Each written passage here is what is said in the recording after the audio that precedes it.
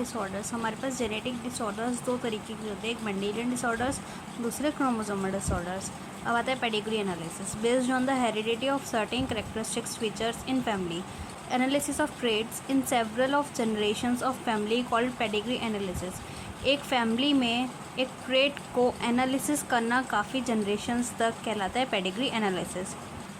एक particular trait का inheritance represent होता है एक फैमिली ट्री में काफ़ी जनरेशन्स तक।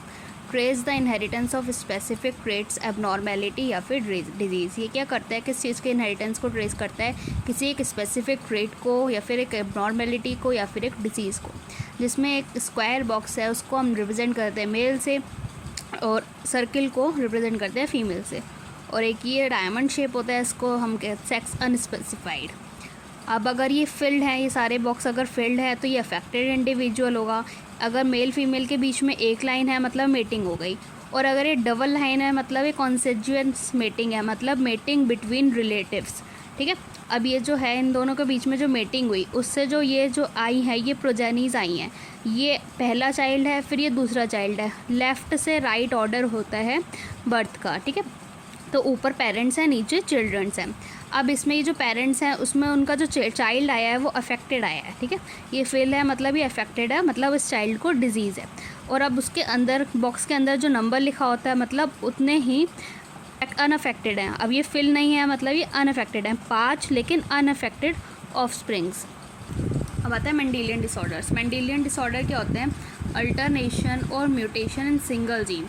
एक सिंगल जीन में अल्टरनेशन मतलब चेंज आना या म्यूटेशन होना। ठीक है, अब ये क्या है, जैसे जैसे एग्जांपल्स हैं हमारे पास haemophilia, cystic fibrosis, sickle cell anaemia, colour blindness, phenylketonuria, thalassaemia etcetera. ये सब हमारे पास मेंडेलियन डिसऑर्डर्स हैं। ये डोमिनेंट भी हो सकते हैं और रिसेसिव भी हो सकते हैं।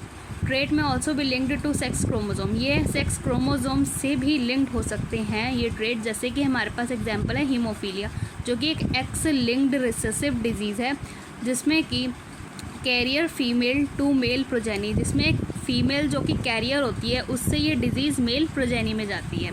अब आता है कलर ब्लाइंडनेस। कलर ब्लाइंडनेस क्या है, हमारे पास एक सेक्स लिंक्ड रिसेसिव डिजीज। इसमें क्या होता है, इसमें डिफेक्ट होता है आइदर रेड या फिर ग्रीन कोन ऑफ आई में। ठीक है, mutation in gene present on x chromosome. इसमें जो जीन में म्यूटेशन होता है वो एक्स क्रोमोजोम पे प्रेजेंट होता है। ये अकर अबाउट 8% मेल्स में होता है और 0.4% फीमेल्स में होता है, क्योंकि इसमें जो जीन्स होती हैं वो एक्स क्रोमोजोम पर प्रेजेंट होती हैं। क्योंकि मेल के पास एक्स क्रोमोजोम होता है और फीमेल के पास 2 एक्स क्रोमोजोम्स होते हैं। अब son of women who carries this gene has 50% chance of being colour blind. अब वो बेटा उस माँ का जो कैरियर है उस जीन की, जिसके उसके पास क्या होगा, 50% चांस होगा कलर ब्लाइंड का। Mother is not herself colour blind because gene is recessive. अब इसमें जो माँ होती है वो खुद कलर ब्लाइंड नहीं होती, क्योंकि ये जीन क्या है, ये कलर ब्लाइंडनेस क्या है, एक रिसेसिव जीन है। तो this effect is suppressed bye her mating dominant normal gene. ये इफ़ेक्ट का असर कम हो जाता है अगर हम इसको एक डोमिनेंट नॉर्मल जीन के साथ मेट कराएं तो। अब जैसे ये है फीमेल जो कि इसमें कैरियर है, मेल जो कि कलर ब्लाइंड है, तो उसकी डॉटर, उनके जो डॉटर होगी वो क्या होगी, कलर ब्लाइंड होगी। ठीक है, अब आता है हीमोफीलिया। हीमोफीलिया हमारे पास सेक्स लिंक्ड रिसेसिव डिजीज़ है। इसमें जो फीमेल होगी, अनअफेक्टेड फीमेल होगी बट कैरियर होगी, वो कुछ मेल प्रोजेनी में डिजीज़ जाएगी उससे। अब इसमें क्या होता है, single protein part of cascades of protein involved in clotting of blood is affected. इसमें एक सिंगल प्रोटीन का पार्ट ऑफ प्रोटीन जो इन्वॉल्व होता है ब्लड क्लॉटिंग में वो अफेक्ट हो जाता है। अब इसमें एक सिंगल कट भी अगर बॉडी पे लग जाता है तो उससे नॉन स्टॉप ब्लीडिंग हो सकती है। अब इसमें जो फीमेल है वो become haemophilic rare possibility, because जो फीमेल है वो बहुत ही कम हीमोफिलिक होती है, पॉसिबिलिटी है उसकी, क्योंकि मदर क्या है, कैरियर है, और फादर क्या है, हीमोफिलिक है। तो female pedigree of queen Victoria, जैसे कि जो पहले देखा गया था कि जो क्वीन विक्टोरिया थी वो क्या थी, एक shows a number of hemophilic descendants as she was a carrier of this disease। उसने वो क्या थी, कैरियर थी इस डिज़ीज़ की, तो उसने अपनी वजह से मतलब उसकी वजह से काफ़ी लोगों को हीमोफीलिया हुआ था। Sickle cell anaemia. Sickle cell anaemia एक ऑटोसोमल रिसेसिव डिजीज़ है जो पेरेंट्स से ऑफस्प्रिंग में आती है। अगर दोनों कैरियर होंगे तो हेट्रोजाइगस होंगे। ये कंट्रोल करता है एक सिंगल पेयर ऑफ एलील से, जैसे HbA एंड HbS। इसमें जो 3 में से एक एलील होगी HbS वो डिजीज़ होगी, HbA HbS जो कि कैरियर होगी। इसमें क्या होता है, सब्स्टिट्यूशन हो जाता है ग्लूटामिक एसिड का वैलिन से 6th position of beta globin chain में। हीमोग्लोबिन मॉलिक्यूल के 6th पोजीशन के बीटा ग्लोबिन चेन में ग्लूटामिक एसिड सब्स्टिट्यूट हो जाता है by valine. GAG is replaced by GUG। इसमें जो म्यूटेंट हीमोग्लोबिन मॉलिक्यूल होता है वो पॉलीमराइजेशन में अंडरगो पॉलीमराइजेशन अंडर लो ऑक्सीजन टेंशन, जिसकी वजह से क्या हो जाता है, RBC की जो शेप हो जाती है वो चेंज हो जाती है। बायकनकेव डिस्क से वो इलोंगेटेड सिकल सेल लाइक हो जाती है। अब इसमें अगर देखा जाए तो नॉर्मल इंडिविजुअल की तो जो valine, histidine, leucine, threonine, proline, glutamic acid, लेकिन अगर अनअफेक्टेड इंडिविजुअल की देखी जाए तो वो हो जाएगी valine, histidine, leucine, threonine, proline, glutamic acid की जगह वैलिन आ जाएगा, फिर ग्लूटामिक एसिड। अब फिनाइल कीटोनूरिया, ये एक इनबॉर्न एरर ऑफ मेटाबॉलिज्म है जो कि एक ऑटोसोमल रिसेसिव ट्रेट है, डिजीज़ है। अब इसमें क्या होता है, इंडिविजुअल जो है वो लैक करता है एक एंजाइम को जो कन्वर्ट करता है अमीनो एसिड फिनाइल एलेनिन को टायरोसिन में, जिसकी वजह से जो फिनाइल एलेनिन है वो एक्यूमुलेट हो जाता है और कन्वर्ट हो जाता है फिनाइल पायरुविक एसिड्स में और कुछ अदर डेरिवेटिव्स में। इसमें क्या होता है, ये accumulation of this in brains results in mental retardation, और अगर ये ब्रेन में एक्यूमुलेट हो जाता है तो जिसकी वजह से मेंटल रिटार्डेशन हो जाती है इंडिविजुअल की। They are also excreted through urine because of pure absorption by kidney, जैसे कि किडनी इसको पुअर एब्जॉर्प्शन ऑफ किडनी इसको एब्जॉर्ब नहीं कर पाती है, तो ये यूरिन के थ्रू एक्सक्रीटेड हो जाता है। अब आता है थैलेसीमिया। थैलेसीमिया एक ऑटोसोमल रिसेसिव है। ये ब्लड डिजीज़ है जो पेरेंट्स से ऑफस्प्रिंग में जाती है अगर बोथ अनअफेक्टेड कैरियर हो, हेट्रोजाइगस हो तो। ड्यू टू म्यूटेशन और डिलीशन या म्यूटेशन की वजह से इसमें क्या होता है, result in reduce rate of synthesis of one of the globin chain.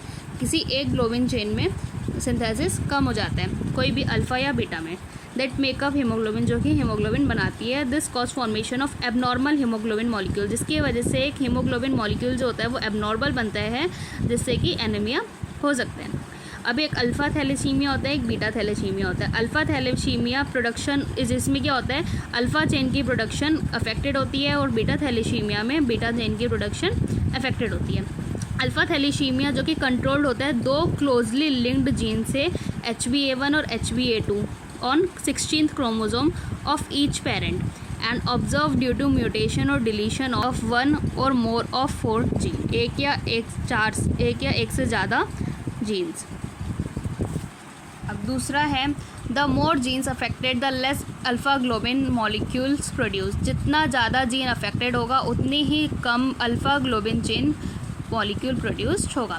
अब बीटा थैलेसीमिया ये जो है ये कंट्रोल्ड होता है एक सिंगल जीन से, HBB 11th क्रोमोसोम पे ईच पेरेंट के, और अकर होता है ड्यू टू म्यूटेशन ऑफ 1 या बोथ द जीन, एक या दोनों जीन के म्यूटेशन की वजह से होता है। थैलेसीमिया जो कि एक क्वांटिटेटिव प्रॉब्लम है of synthesising too few globin molecule, मतलब काफ़ी कम बनाते हैं। और सिकल सेल एनीमिया जो कि एक क्वालिटेटिव प्रॉब्लम है of synthesising incorrectly functioning globin.